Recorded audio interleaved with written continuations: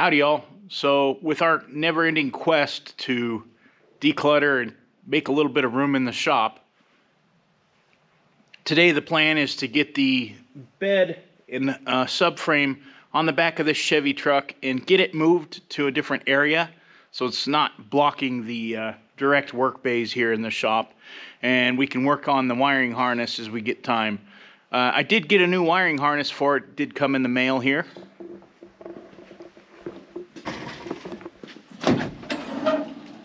My wife's skeleton prank seems to just move around from our project to our project, and is kind of indicative of the fact that, yeah, perpetually working on these projects. There's the new wire harness for this truck, and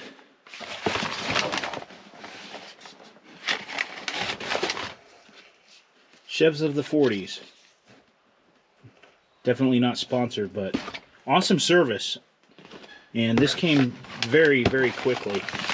So we're going to get that in there. It's not cloth coated like the original. It's kind of a faux cloth coated. This is like the loom on a lot of the newer Caterpillar machinery. So it's super tough and heavy, and should definitely way outlast what we have. We were having a discussion this morning, and we definitely are going to need to put a new ignition switch in here, which is right here. So that'll be going in there as well, because I think that's most of our problems. Hey, Big Stripes. What's going on, sweetheart? We got a visitor this morning.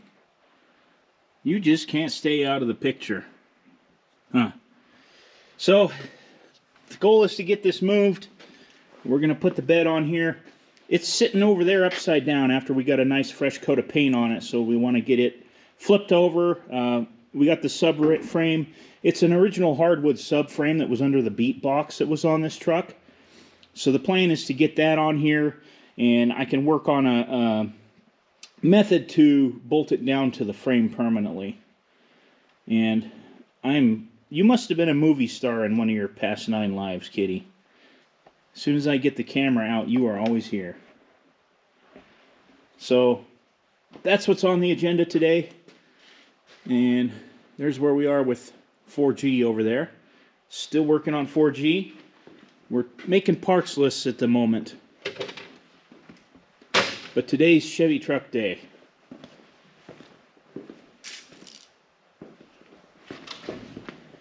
And over here, here's our bed.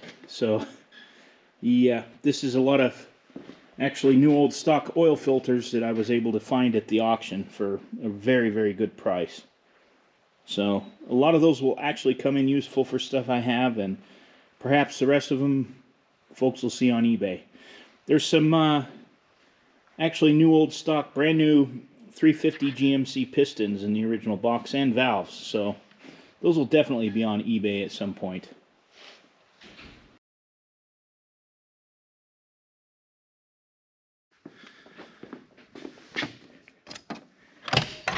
Get the backhoe out of the way. We're probably going to use this to set the bed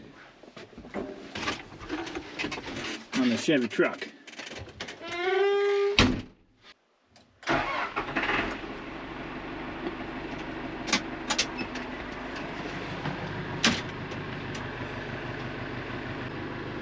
We always called this vehicle Tetris. We play this every day out here.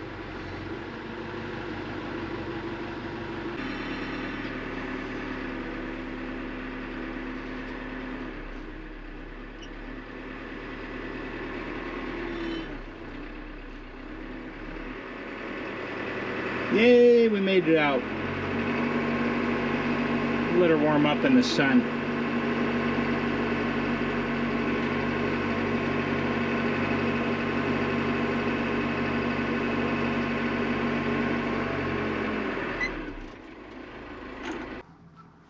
So yeah, it's a little bit of early spring cleaning in here today. Yeah, it's the middle of winter, but we need to make a little bit of room.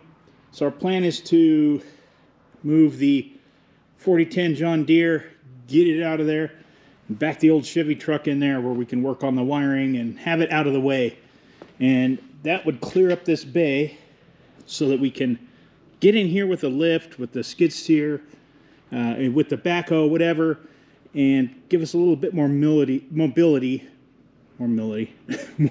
a little bit more mobility to handle the heavy parts, the engine, top of the transmission cover and everything.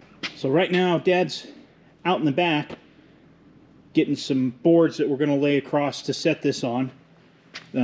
This truck bed, we have some awesome neighbors. They completely fabricated a whole new side. I bet you can't even tell which one. But whoever had this before left it set in a shop, and it got in water and completely rusted the whole side out.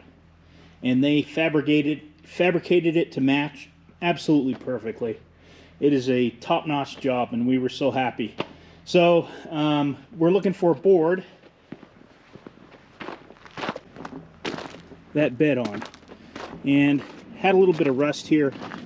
I just took a chipping hammer, chipped it out, wire brushed it real good, and I got a little overspray on things. But we're going to leave these pieces under here as kind of a buffer.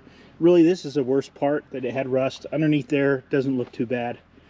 And then we're going to take some 4x4s and just cut them in about 3 feet and put them across here in about 3 or 4 different places and set the bed up here.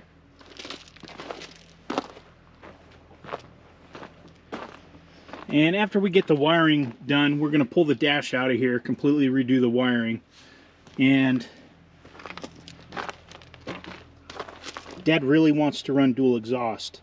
And it looks like when my grandfather converted this to the 289 V8, he left pretty much the stock exhaust that was on the 6-cylinder, which is not really enough for this engine to breathe.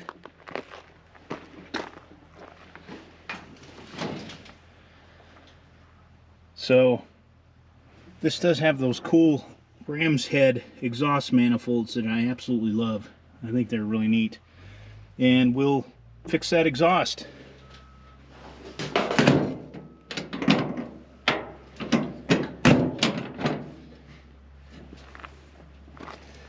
When I was a kid, one of our neighbors, I think it was when I was in high school growing up, I was working at the neighbor's dairy farm across the street from my grandparents, and one of our neighbors had a old farm truck, a Chevrolet, I think a little bit newer than this one, and he had completely redone it and made it into kind of an early rat rod. This is like late 80s, mid 80s, kind of a really cool truck, and he always wanted to work on this one.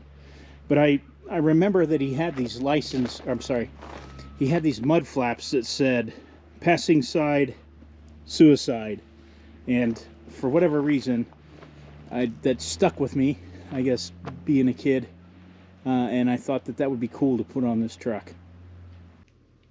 So while we had a nice sunny day today and we were able to get things out of the shop, up there was an air leak going to that hose reel, which it leaks pretty bad. So we were able to plug that off, so now we can use the compressor and we don't have to worry as much about that leaking.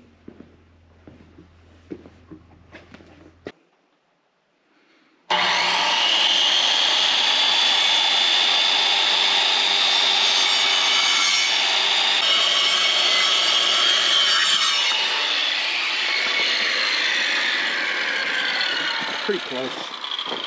So this is our change of plans.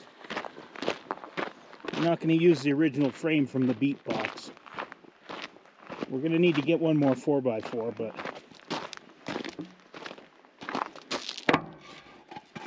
there we go. And I'm going to have to fashion some clamps to clamp around the frame. I'm going to build a bar down here with a step and everything. I think we'll cut us one more and put like in here somewhere. I think that'd be good. But for now, this will hold it. This will hold us up, and we can back it in there and work on our wiring. And you'll see the height will be just right too. Now. You think? Yep. You think under load it'll still clear those? Yes. Absolutely. We've had a discussion on whether that's going to work. Dad said that's more than enough. And it'll keep us at a respectable dock height. What did we think it was? 40? It'll be about 44 up by the cab and about 47 to 8 in the back. So 44 by the cab, 47 or 8 in the back. So within the standard dock height.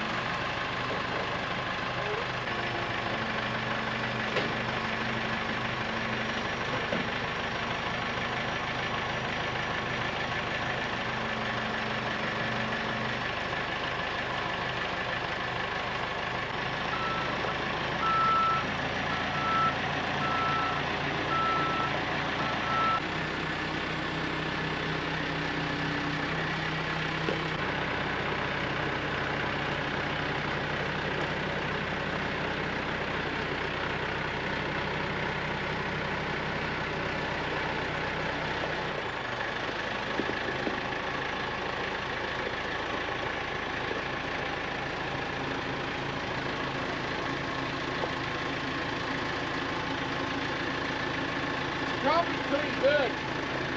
Go down, we'll see where we're at.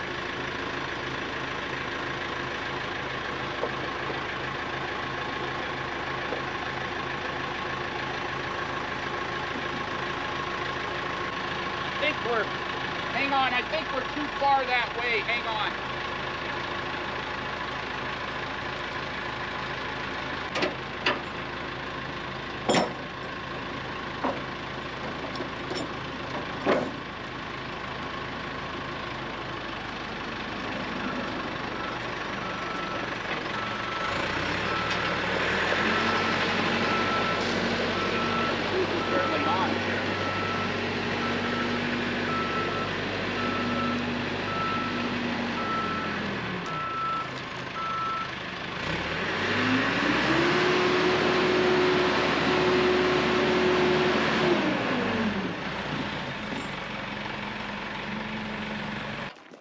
Looks like it needs to come back a little bit, huh? Yeah, it does. It's a little far forward.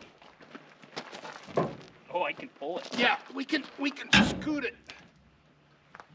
But be careful, because it's it needs to go that way a little bit. My way? It's all right for now. Our block moved, but it's okay for now. All right, so that sets our deck height up here. We're going to be 42 inches. And back here, With the load, it'll go down a couple. around 46. Yeah, So, that's good. yeah. And see how much room you have under here? There's plenty. Yeah. There's a lot of room. Because overload springs are going to be about 3 or 4 inches. And then you have You've room got- in here. You've got like Because the 7, tires 8 are inset inches. from the edge. Otherwise, with that other thing, it would have been too high.